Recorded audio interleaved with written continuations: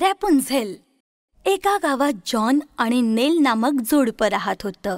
त्यांना काही मूलबाळ नव्हते, पण त्यांना मूल व्हावे अशी खूप इच्छा होती. जवळच एक सुंदर बाग होती. त्या बागेत दुष्ट चेटकीण हेल्गा राहत असे. एके दिवशी नेलला कळले की ती आई होणार आहे. त्याच दिवशी तिने बागेत रॅपुन्झेलची पाने उगताना पाहिली. ती पाने अगदी ताजी हिरवी दिसत होती. जॉन, मला ती हिरवी पाने हवी आहेत. जॉनचे आपल्या बायकोवर खूप प्रेम होते.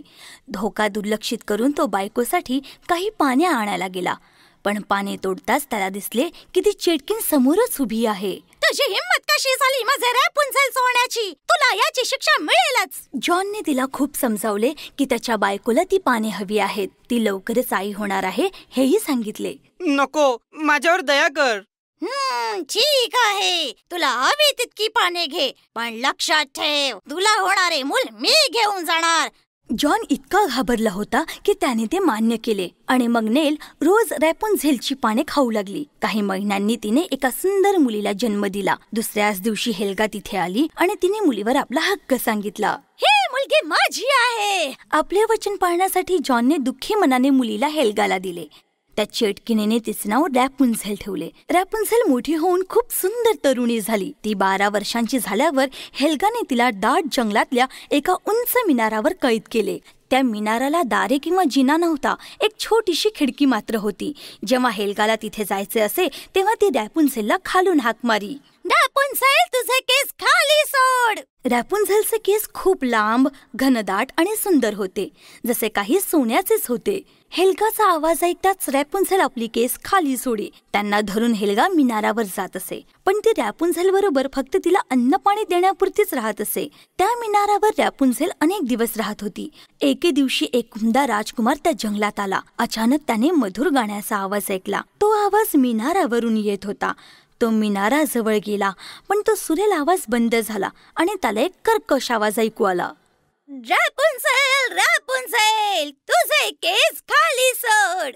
ते सुंदर केस पाहून राजकुमार चकितच झाला. एका कुरूप चेटकिणीला त्याने वर चढताना पाहिले. त्याला ती गोड आवाजाची मुलगी पाहायची होती. चेटकीण खाली उतरण्याची वाट पाहत तो तिथेच थांबला.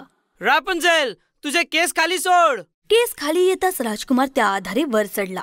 एका तरुणाला बघून रॅपुन्झेल तर घाबरलीच, पण मग तिने त्याच्याशी मैत्री केली आणि गप्पा मारायला सुरुवात केली. एक गाणं गा ना. रॅपुन्झेल इतकी खुश झाली की तिने आपल्या गोड आवाजात अतिशय सुंदर गायला सुरुवात केली. त्या दिवसापासून राजकुमार रोज रॅपुन्झेलला भेटायला येत असे.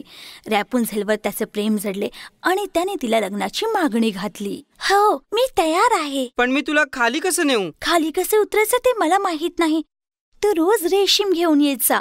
मी त्या दोराची शिडी बनवीन. जेव्हा शिडी तयार होईल तेव्हा मी खाली उतरीन आणि मग तू मला तुझ्या घोड्यावर घेऊन जा. त्यांनी आपापसात ठरवले की राजकुमार तिला रोज संध्याकाळी भेटायला येईल, कारण दिवसा ती चेटकिणी येत असे. पण एके दिवशी चेटकिणीने राजकुमाराला केसांच्या सहाय्याने त्या मिनारावरून खाली उतरताना पाहिले. मला फसवतायत काय? तिने एक योजना बनवली. दुसऱ्या दिवशी तिने रॅपुन्झेलचे केसच कापून टाकले. दुसऱ्या दिवशी संध्याकाळी जेव्हा राजकुमार तिथे आला आणि त्याने हाक मारली, रॅपुन्झेल, रॅपुन्झेल, तुझे केस खाली सोड.